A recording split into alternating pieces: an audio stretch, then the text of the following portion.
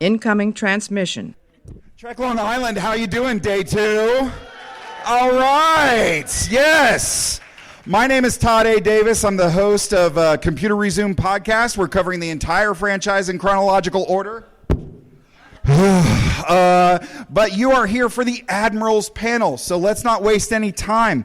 I wrote this down because I've taken too many shots to the head. So, born in London, raised in Canada, trained in Shakespeare, and Admiral Terrell in 4 episodes of Star Trek Discovery. Please welcome Mr. Conrad Coates.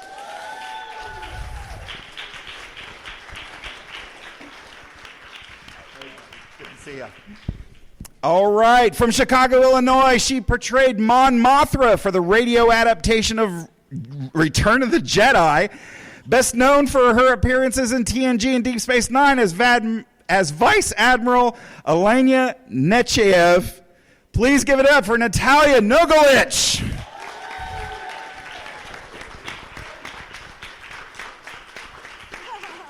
Thank you.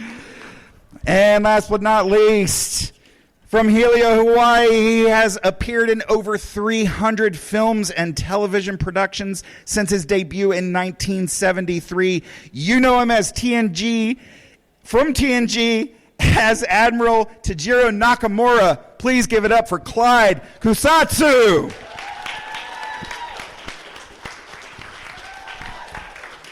Hey, Todd. Hey. Thank you all so much. We will be doing question and answer about halfway through, so I think they're going to be on the far wall. So if you want to begin lining up on the far wall, we're going to get to a few things. Let's start right off the bat. How has your Trek Long Island experience been? Some of these mics are they all switched on? Okay. Hello. Yeah, how's your Trek Long Island experience been so far? Welcome to Trek Long Island. Thank you, Todd. Great to see you all here. It's been warm and wonderful. That's how, Awesome. Except for being in the room, it's a little cool. Yes. Listen, some of us chubby, hairy little boys appreciate it to be a little bit cooler. We thought wearing a kilt would be a good idea. It turns out it didn't work out so well. I'm thrilled to be here. Flew in from Chicago yesterday and been welcomed warmly by all of you. And the fans have been a lot of fun, so glad to be here. Awesome. I flew in from L.A. Yesterday afternoon, and it was like all of a sudden I felt like it was in Times Square as soon as I got out of the plane.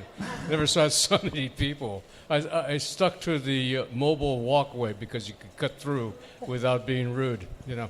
But love it here. It's the first time I've been in Long Island.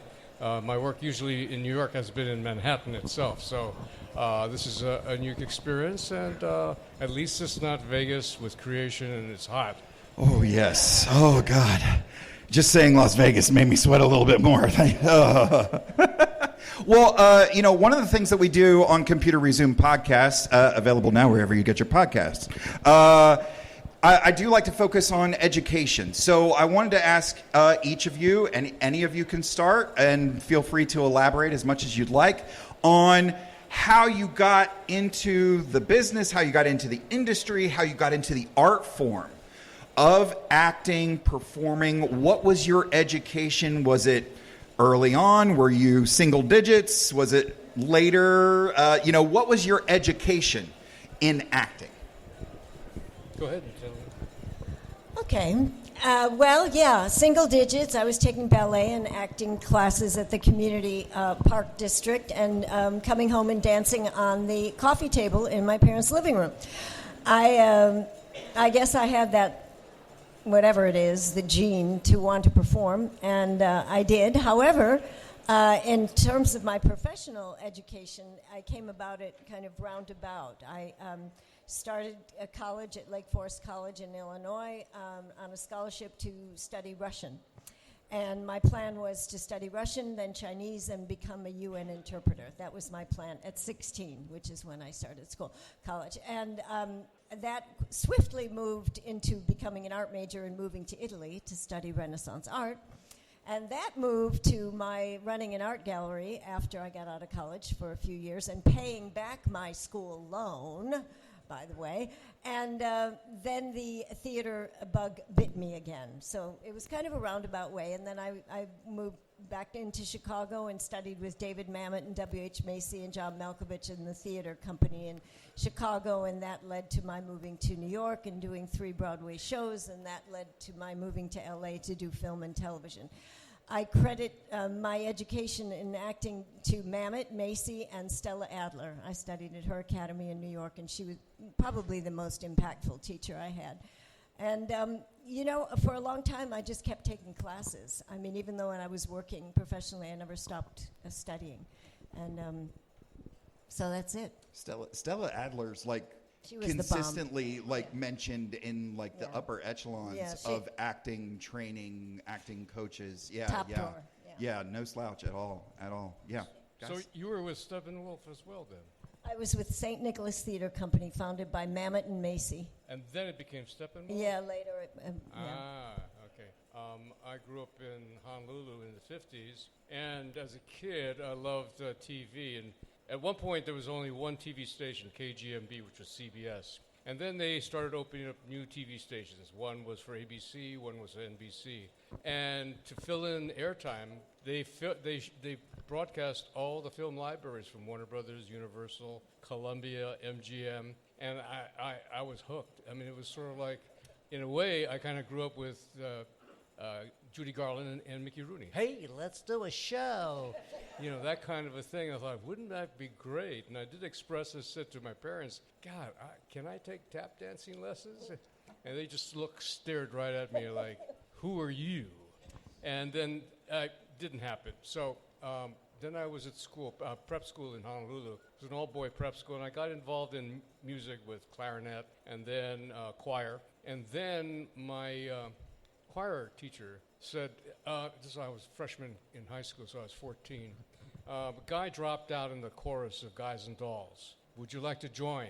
Now, I never auditioned for it because I'm too scared to audition or embarrassed.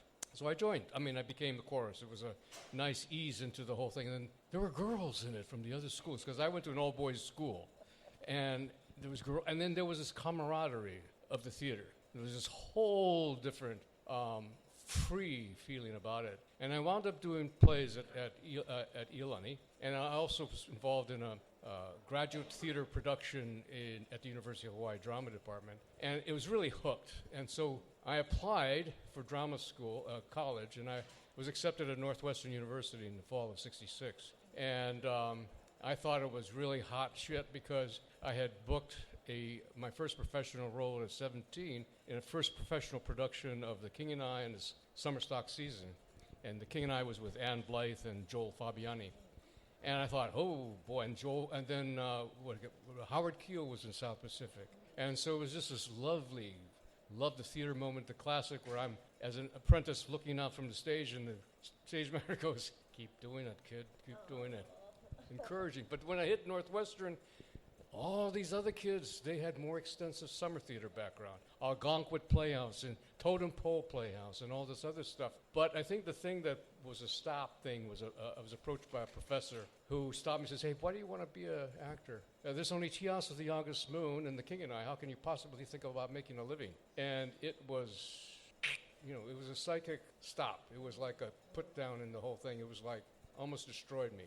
And then I spent that summer in Hawaii working in a brewery in the night shift, going, I don't want to do this for the rest of my life. And in the breaks, I would be reading The Lord of the Rings and The Hobbit. And then the blue-collar guys are going, hey, what you reading? It's a book about elves and orcs. Oh, yeah? Okay. And so I decided it was one of those moments where I said, if I'm going to get noticed and cast, I'm going to have to be 10 times better than a white actor. I'm going to have to put all that effort in. And long story short, in 3 years, by the time I graduated, I was considered a working member of the Northwestern Theater Department. I was the diversity department. And in between, I also did summer stock. But half the professors would cast me. The other half wouldn't, but would hold me as an example of the potential of being a working actor at the university. And so, you get tossed with the certain realities of life. And growing up, I also was aware that I was different because, don't forget, in the 50s, it was not 10, 15 years since the end of the war, then the Korean War, and there was an antipathy towards anyone Asian. You weren't considered really American. So there was extra effort, too. So that by the time I did graduate, I headed out to L.A. in 71, and I thought I was blowing it by not going to New York. But then all of my friends who went to New York and worked Broadway and everything looked at me and said, boy, you really broke the thing, and you had guts. You went to the West Coast where everybody wanted to go. And I joined the East-West Players, which was the first Asian-American theater company, where the purpose was to show the industry that we could be more than just Tiasa, August Moon, or Asian plays. So we would do Ibsen and Chekhov and things like that. And theater in L.A. in the early 70s, it was where casting directors, producers, writers would go, and there were many more papers then with critics. And so if your play got a good airing, everybody would want to go see your play. And that was not a tape or whatever. It got you in the door for people saying, we need good actors, the whole thing. So in a nutshell, that's where, I mean, even at East-West Players, it was all Asian because of my theatrical training at Northwestern and learning different accents. Like when I see the kilt, I always think of the thing, hey, McTaggart, why are you wearing your kilt? You got caught in your crush again, don't you? And I said, why is this Asian kid learning all these accents? Because he's never going to get cast in that, right? So, I mean, one of the things was I loved John Wayne. And one summer stock, this other guy and I would entertain ourselves doing John Wayne. The hell I say, Pilgrim. Well, I gotta tell you, And so, wouldn't you know it? This is Ford. I'm doing a Magnum PI, and to lighten up the between shots, I go, well, boys, we're losing the light. The tower's not gonna like it. We better get the giddy up and start moving on. And then a year later, they created this character of a HPD detective that drove Tom Magnum nuts by speaking like John Wayne. What's the matter, Thomas? Hey, Pilgrim? And believe it or not, instead of being on a soapbox or anything like that, a lot of people came up and said, wow, you're pretty good as John Wayne. But that broke a lot of stereotypes in a lot of people's mind because they didn't expect to see an Asian face doing all these kind of accents. And, just as now, it's opening up. This is the bigger world. I mean, I always like to tell people that the rainbow is not monochromatic, and that's it. The rainbow is the rainbow. And so more and more people, if you see that, it's not about normalizing or becoming white or anything like that. The world is big. You've got Asians and blacks and others speaking or raised in the UK. You've got Asians with Scottish accents, they're from Glasgow, yeah, or London, UK, or whatever. Ireland. So it's a big world, and it opens up, and a lot of people are threatened by it, but they shouldn't be. It's about saying that everybody, as long as you keep your integrity, I mean, to me, so if you're talking about education, to me, that is, I've always had also the impetus of like, in Asian culture, you didn't want to do anything shameful because it brought shame on your family. So there were a lot of times everybody would be excited, hey, we're going to watch that. It looked like, oh, it's terrible. Why is he? But it looked like us. So we still watched. So the thing was not to be stereotypic about it. And so I remember I was doing Kung Fu, and the director said, can you give us an accent? And I was ready to, because I'm used to the L's and the R's, it's fried rice, blick, that type of thing. Right. And so I said, wait. So I did the standard stage diction I learned at university. So it was like, Kwai Chang King. We, the members of the song, believe that you're in violation of our rules. And they said, that's it. Because I learned what they're looking for is something different. Not American sounding, but something different. So you have to give them a different thing being true to yourself. So the validation would be when I would later on be in Asian communities, they'd come up and say, oh, we're always so glad to see you when you're on the screen because we knew we didn't have to be embarrassed. So that is another inadvertent kind of result of educating people, that you didn't have to give them that stereotype, So I take too much time. Sorry, Conrad. Okay. Thank you. And that's all the time we have. Sorry, Conrad.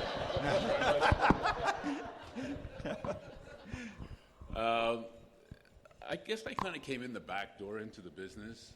I was pursuing other adventures. I was pursuing being a pilot. I was in computers for a while. And a friend of mine who's not in the business, he was going to Second City improv classes. And I said, well, that sounds interesting. I wasn't doing anything in the arts at all. And I went, and the way I could describe it would be like a porcupine backing into a cactus. And it was me just going, Mama, is that you?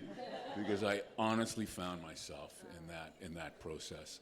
And then I just started to study Shakespeare. I knew that was the pinnacle of language and understanding and text and speaking and breathing and so on and so forth. And trained extensively in the classics for 10 years.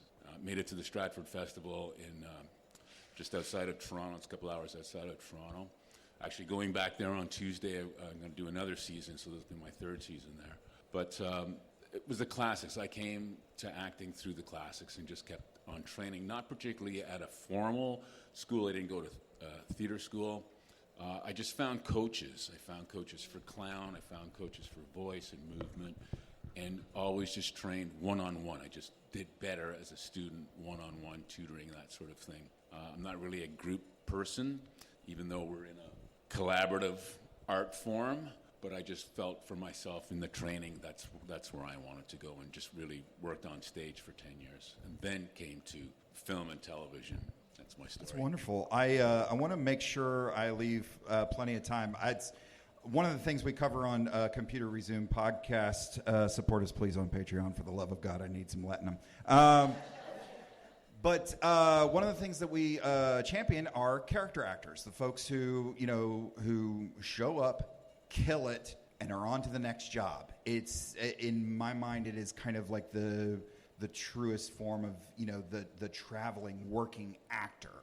But one of the things, and Clyde, you mentioned it a little bit about the auditioning process being kind of scary.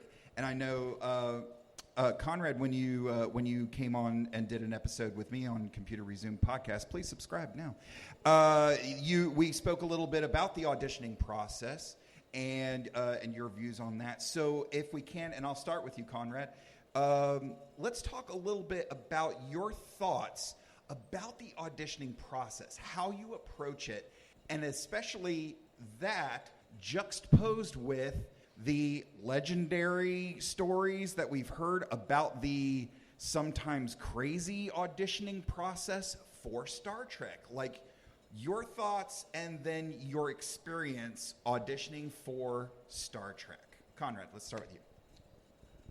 I like the auditioning process. So pre-COVID, you would go into the room, you would meet the producer, the directors, casting people, and you would just sort of get in, do your one moment. If you're lucky enough to get a redirect or another shot at it, to try something different that they perhaps did not see in your interpretation, that was fine. A lot of pressure, and you have to, come up with it right away. Since COVID, we've really relied on the tape, right? And now I've kind of taken my audition process to a different level of understanding that this is like a private showcase. And what I try to do is tell a story more. I focus more on trying to tell a story with my audition. So if I have one scene or two scenes, I try to contrast them in some way. But I also find that I'm wearing more than one hat. I'm not just an actor auditioning for the role. I'm also creating an atmosphere. I've put a beginning, a middle, and an end in my process. I'm directing the scene. I'm using camera angles. I'm using this little space and a mark on the floor, and I move around in the space, whereas before I would just go in and just stand and deliver and know that the camera was here. Well, now I know that the camera is still there, but I'm moving around and I'm trying to show different creative aspects of how I can build the character. That's really what I'm trying to do now. The process of auditioning for Star Trek, because it was such a hush-hush when the new Voyager came out, I didn't even know I was auditioning for Star Trek. They didn't even call it Star Trek Voyager. They called it something Harvest. And the text that I had was not anything to do with the show. In fact, I swear it was, a speech from Agamemnon or something like that. And it was just a way, I think, of them trying to see how I handled the text, because I find that Admiral Terrell is, devoid of emotion. So I think that the way that I was presenting, they were interested, they were always watching, and I believe I had like 3 or 4 auditions for the show, and then finally I was cast in the show. So I didn't even know what I was auditioning for. I didn't even know the role. I didn't even know that, he was an alien life form. I had none of that information, but it's a way of interpreting something, and that's what I really enjoy about auditioning. It strikes me as kind of, because stage actors, you're on stage, you're live, you got to be able to think on your feet. I feel like there's a little bit of an element of that in there, of just kind of like, all right, let's see how you handle this actor. Correct. Like, There's not a lot of, the moment you try to lock yourself into something, or, I also teach as well at a local community college, and I can tell when a student has been rehearsing in the mirror, when they're like watching themselves, and that's the death of a great performance, I think, and I really try to stay away from that. Natalija, how about you? Well, there are pluses and minuses for auditioning live in the room and the tape. And you pointed out a lot of the pluses for the tape. I liked going into the room. I liked the energy of it. I liked the director and producer there, the writer sometimes. I liked the feedback I got or didn't get. I thought I did better bringing my presence and my energy into a room. So I like the live audition better. Now, mind you, you don't get anywhere without 100,000 rejections, but you just get to the point where you just keep going and trusting that the right thing will come along. And then with the COVID and the taping, the self-tape, the advantage for me of that was if I would do it, read it with, a friend or my brother or sister or something, and if I didn't like the tape, I could do it again and change it. And there is something to be said for that, because you can kind of make sure you're sending your best take.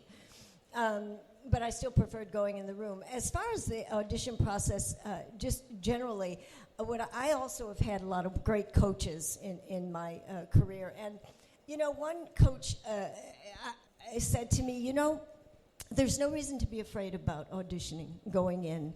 They want you to be right for the part just as much as you want the part, because then they can go home early. If you like book it, then they're like, oh, okay, I can go have my martini now or whatever. And the other part was that he said, you like to act, right? I said, I love acting. That's why I'm doing it. He goes, well, why don't you look at it this way? You go into an audition and you get to act for 5 minutes or less or more. So if that's what you like doing, why don't you go in there and enjoy acting for 5 minutes, and then let them worry about whether you're right for the part or not. And I realize, and I teach too, and that the greatest thing I could give to my students is go in there to give, not to get. Go in there to give them a piece of yourself, a gift, a little take on the character, and not worry about whether you get the part or not. That's up to them. And in the big picture, there's so many different elements that go into how you get cast. You can nail the reading and be too tall for the part. Or you can, have the right reading, but, the producer's wife is going to get the part. There's so many things you just don't know. And my experience with Star Trek, I auditioned for Star Trek. I have to be honest, I wasn't watching a lot of Star Trek at that point. Now, of course, that's changed. I went in and auditioned for a role, and I don't remember what the role was. I just remember I didn't get it, and my agent said the feedback was, you're too strong for the part. And so maybe they'll think of you for something else. And I thought, oh, okay, And it wasn't long after that I was called in to read for Nechayev. And when I read the material, I thought, well, this is more in my wheelhouse, and I don't have to back off of being strong and affirmative, And so I read it, and I guess I nailed it, because I got the part, and then I did 4 episodes of TNG and then 2 of DS9, and so I embodied the character. I worked very hard on my auditions and my characters. I read a backstory. I memorize it in every which way. I do it with accents just to get my mouth around the words in different ways, and so I was very gratified to get the part. And then of course I was petrified the first day. on the set, but preparation pays off, and it went well and onward. I will just say one other quick thing. While I was in Los Angeles for 30 years, I started a theater company which lasted for 15 years, which I founded, and I directed many stage plays. It was called The Grace Players. And once I was on the other side directing and auditioning people, I got such an insight into what the whole process was like. And I had great empathy and compassion for the actors coming in, shaking in their boots, wanting to get the role. But I also understood how many elements go into matching the actor with the part. And that helped my audition process a great deal to get on the other side of it. So, it's a process. And it can be fun. You just got to leave fear at the door and pick it up on your way out if you really want it. But don't bring it in, Yeah, it's a process, Sometimes there's a perfectionist in me to get it right, not to be embarrassed, not embarrass myself or embarrass whatever. And so I felt like if I'm not making it perfect, but the problem is then you're not concentrating on what the character is. You're not concentrating on the text, where your character fits in, and you're not concentrating on what the human character is thinking, how the human character is reacting. And for a lot of times, I think I was really doing presentational. There is the thing, as opposed to how do you think about seeing there's the thing? It's like, wow, there's the thing. That kind of a situation. So it's more like organic. And one thing I learned, when I hit LA, it took me 2 years to book my first role in television and film. But in the meantime, I studied. I learned organic techniques and more method in a way, not specifically method, but more grounded. And what you do, and a lot of it is, the process is preparation, preparing, knowing what the text is like and where you fit in. And a lot of times back in the day, even though you had a week or so more head start, you'd get only the side. So what you'd have to do is prepare. Is like get to the audition an hour and a half early. Be very friendly. Hi, the secretary. Is that the script for this episode? Yeah. Kate, by the way, can I take a look at it? And then take it by the side and scan it. Where does my character fit in? See, that's the process. That's the preparation. Meanwhile, everybody else is trying to psych everybody else from getting the part. That's what they're doing, right? Oh, do you know what you're doing? Oh, and they spend more of the time socializing rather than being selfish and taking care of what your prime directive is. And if we're talking, so it's to me, it's never ending. This is my 51st year in front of the camera and behind the mic, and even I am still learning. I mean, there was a period like I hadn't had an in-house face-to-face audition in 4 years, and then this past January I got called in. I said, really? We're going to go in? So I head in as a fellow named Mike Schur created the office, and I was there with two other guys, and it's like two other character guys, a white, a Jewish person, myself, and I had worked on it, and it was before the camera, and everybody was very in the room and very supportive and friendly and welcoming. So as I was reading, all of a sudden the script that I had stuck, the pages stuck. Now you have two choices. You could, oh God, I made a mistake. Can I start all over again? But what you're doing is you're dropping down the reality of the situation. So this time I was going, fucking Jesus Christ, as the character. And they just laughed a lot. And then I changed one line, because the other one didn't work. And as soon as it ended, I just went to and said, hey, I apologize for changing lines. Oh, no, it's a better line. But I didn't get cast in that role. I got cast in another role that was written that they didn't have an idea which way it was going. And then once I got cast, this was like 8-episode series. I wound up doing 6 as a recurring guest star, which is the new regular, by the way. They don't have to pay you regular roles. This is guest star roles, but, recurring. That doesn't matter. I made my insurance for next year.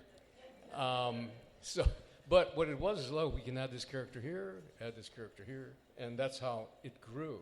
But as far as Star Trek, I had auditioned before for another part, and then I got a call. My agent called and says, "Look, they wanted to know, would you be comfortable and willing to spend your 7 years in makeup. And it was for Ferengi. And it was for the character that Armin Shimmerman wound up being cast in. Oh, wow. Okay. Quark. Yeah. And so I said, yeah, sure. And as a reference, they gave Quark, Ferengi appeared in one of the episodes of another Star Trek, the prior one. So I watched it and went, oh, he's got the high voice and kind of thing. Yeah, I could do it. Who gives a shit? 7 years? I'll put on the head, the makeup. Famous last words. It's so sweaty in this thing. Oh, yeah. No, but it's... Well, anyway, I didn't get it. And so... But that's fine. Things happen for a certain reason. And then later, Rick called me in, and he kind of had this kind of, hey, sorry, man. I said, no, that's no problem. And it was for the Admiral. And so I utilized it. The Admiral thing was this kind of Centaurian type of classic theater kind of presentation, And then I wanted to get cast as that. So then who knew it was going to be 3 episodes, but then who knew it was going to be part of the Star Trek Next Generation lexicon, as a character, why I'm here, right? Meeting with you guys and interacting with Conrad and Natalija. And it's always a gift to be able to work. That's it, Wonderful. Well, I know we're running short of time. I've got. I only have 20 more questions for you.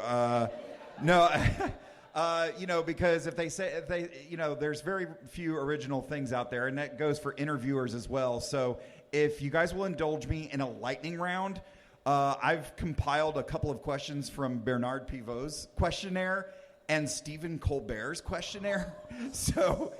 And let's put an extra little spin on this. If you feel it inside, feel free to answer as your Trek character if you would like to. Conrad, Admiral Terrell. Yes. What is your favorite word? Fuck. Natalija, what is... No, is that your... Yes, it is. Okay. You heard it here first, folks. Excellent. Vulcans say the F word. Natalija, what turns you on creatively, spiritually, or emotionally? Or Admiral? As the Admiral? Either. What turns me on creatively? I think the unknown. It turns me on creatively, not knowing where something's going. It's an adventure. Spiritually, what turns me on is meditation and prayer to a power greater than myself, which I connect with as best I can every day. And what was the other one? Emotionally. Emotionally, God, please say men in kilts. Please say men in kilts. Please say men in kilts. At the moment, my dog. But there was a time. I'll take it. When my former husband was my emotional, adventure. I love men. I love love. I'm a romantic. What can I say? And I like nature too, so that turns me on emotionally as well. As Alina Nechayev, I'm not sure how to answer any of it. I mean, it was all about preserving the Federation for me as Alina Nechayev, and her principles ruled, despite the fact that sometimes she didn't want to have to do what she had to do, like kick the Indians off the land, fire Picard, a few other things. But her governing principle was what ruled her. I wish I were a little more like that, frankly. Clyde, or Admiral, whichever. What profession other than your own would you like to attempt? Well, I don't know what I would like to do if I wasn't in the chair. I really don't know, because I'm living the dream.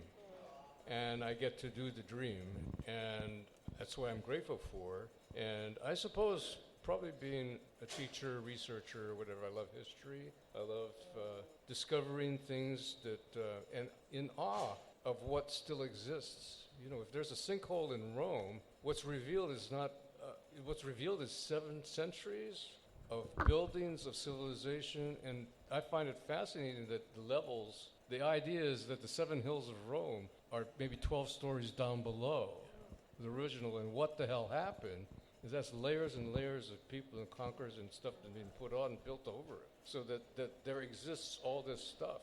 And there still exists. They're still discovering stuff, you know. And even, I mean, the fact that mitochondrial DNA now and other advancements in DNA, you can find people that are now related to Neanderthals in the human populace. You know, so that's what it is. It's about the wonder and everything. So you want to pour concrete?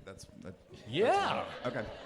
Concrete, Roman concrete. Well, Roman concrete. Because that still exists. You have to say it. I want to pour the concrete. I want to pour the concrete. If you want to say it that way, but Yeah, then you're not talking about Etruscans, you know. Okay, last three, and we'll start with Clyde and work our way this way. You know what? Feel free to answer as John Wayne if you'd like. Well, I don't know. Go ahead. What is the best sandwich? Well, here's a new one that I think sounds really good. You take an Italian salad, have it chopped up, get a sub sandwich bread, carve out some of the bread itself, put it in there, and have a mixed chopped Italian salad sandwich. That is correct.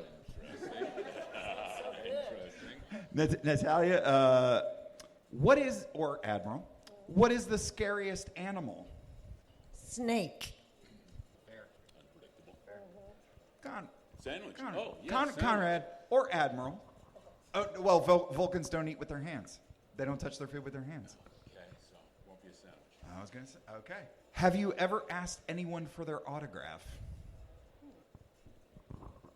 No. Give it up for your Admirals, everybody. Just really quick, we've got just a few more minutes. If anyone does have a question, we've got a microphone over here. Yes.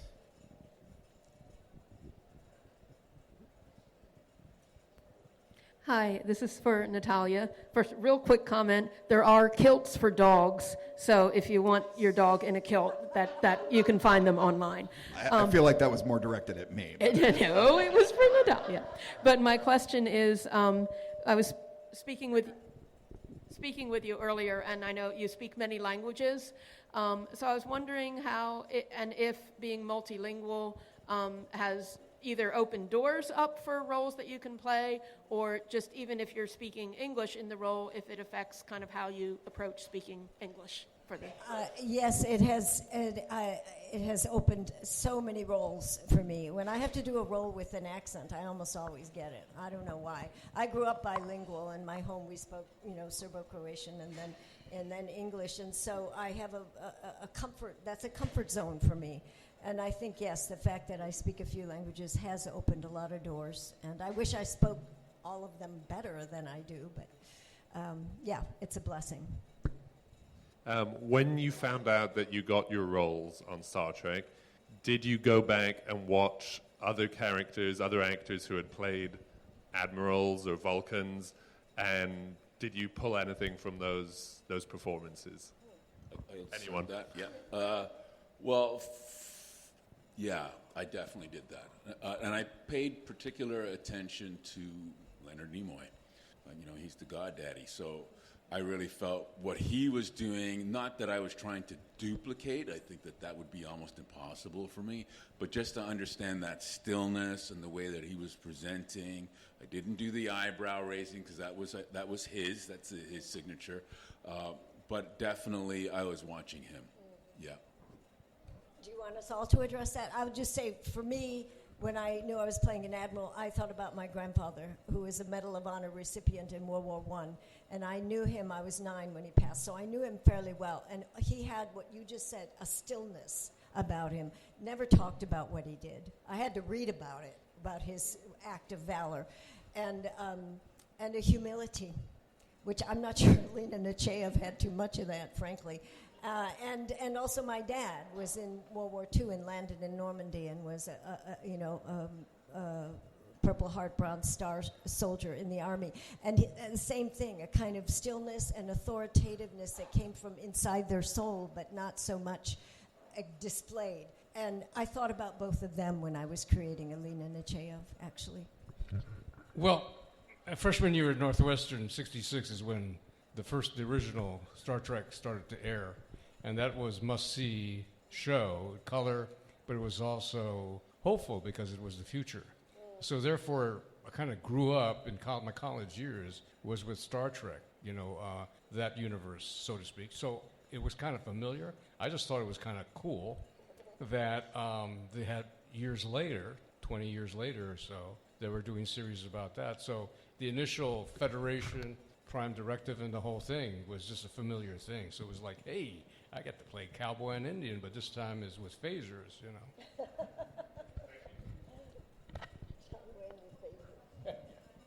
One more? Yeah, go for it. Nobody else? This is for Clyde, and I was wondering if early in your career, were there any Asian American actors or Asian actors that you felt that you could look up to that weren't simply doing the really stereotypical roles? I remember in college seeing The Sand Pebbles with Steve McQueen and Mako, who was nominated for a supporting actor. He was so present, and developed a relationship with McQueen. You could tell that there was a relationship there. And when he got killed, it was like, whoa, wow, how can they do that? But he was also nominated with an Academy Award. And then, ironically, East West Players, he was one of the founders of it, and he became my mentor, and I his mentee. But as things do happen, sometimes the student starts to grow, and then there's a parting of the ways, so to speak. And the thing is, there's a great saying about how the master should not be threatened by the pupil because he's doing his job by passing it on. And so that was another lesson, too, is how not to hold on to it, but to share it and pass it on, right? Like they say in baseball, pass the baton. Any other questions for our admirals? Then give it up for our admirals. Thank you. Clyde Kusatsu, Natalija Nogulich, Conrad Coates. You're admirals, everybody. Give it up. Going through a Star Trek. We're doing Star Trek stuff in space. We probably got some phasers and shuttle pods, and we're gonna find a brand new race